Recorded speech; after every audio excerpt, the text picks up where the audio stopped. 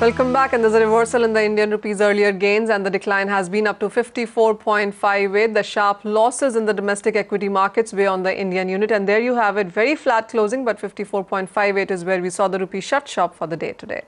Let's get in then. Abhishek Goenka from India Forex Advisors, and he joins us live on the show. Abhishek, hi. First of all, whatever is happening in the international market really was giving cues from the Indian markets. We've seen equities decline. The FII inflows has been a big concern as well. What are you keeping your eye on? See, of course, the local factors everybody is watching. That after the talk of the pre-elections, the market has actually gone down a lot.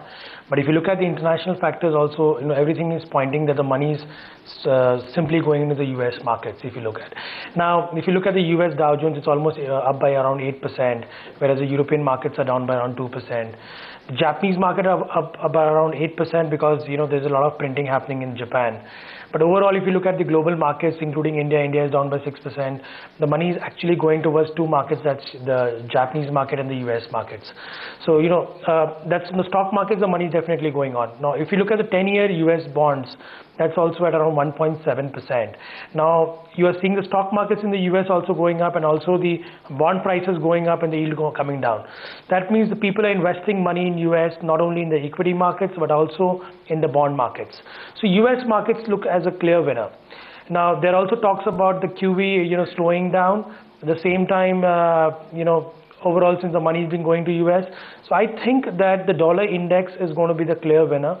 And the kind of technical patterns which is being formed in the US dollar index, the targets are coming to around 86 to 87 levels in the index. So I think looking at all these things, rupee is definitely going to get affected. International factors also play a major role. So I think the rupee, if it breaks 55.20, is going to be very, very bearish for the rupee. Sure. Also, you mentioned about the political instability into the Indian markets as well. How big a concern do you see it at this point?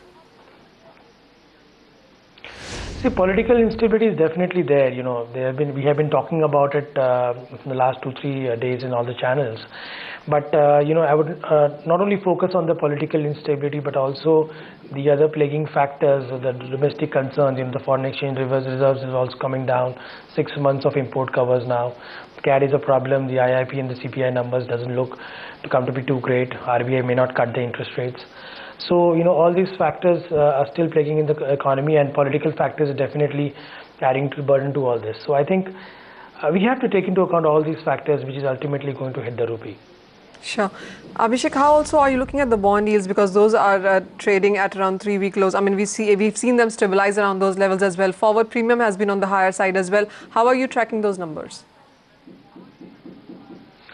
So of course, if you look at the forward premiums in the foreign exchange market, it's definitely been quite high. It's making life a little difficult for the importers and also the people who have been taking long-term loans. I personally feel, if the forward premiums are very high and people are finding it difficult to hedge in the market, I would take it the other way around. The market is actually giving you an indicator that, I am very high, so you actually go and hedge it. So that is what we are recommending to our clients, that in case the premiums have gone up too much, and the market is giving you a signal that you should actually go and hedge in the market. So importers should actually go in and cover a couple of months and 3 months period, and the people who have taken long-term ECB should be a little cautious, because the LIBOR is expected to go up and the premiums are also up. But whenever there is a good dip, they should actually go and cover long-term loans also. Fair point, Abhishek. Vijay, what's your sense now coming in for the Indian rupee? Today is nothing to go by really. Very choppy day, but we've closed very, very flat. Manisha, this is something that we spoke about yesterday. I mentioned I would prefer to buy the USD INR on declines because I am of the opinion that the short rupee and long dollar trade is still in place. Once you cross the 55.40, 55.50 threshold, which I have been talking about as a trend determinator on the currency derivative segment in the April month futures on the NSE, I think there will be a bear squeeze on the USD INR, which will push prices higher. And the momentum in that case is likely to be a lot more accelerated than you are seeing right now. The intraday volatility on the USD INR has come down in the last couple of trading weeks, and I don't see it as a positive development for the rupee. I think the USD is basically pausing for breath before attempting to move higher from here. and the rupee is likely to be at a clear disadvantage. Unless and until the rupee appreciates well past the 54 levels in the future segment, which means a little more higher in the cash segment, I don't see how the INR bulls are likely to get into an advantageous situation. All right, so both our experts feel 55 is a level here which is here to breach on the lower side for the rupee, so depreciation is really in the name of the game.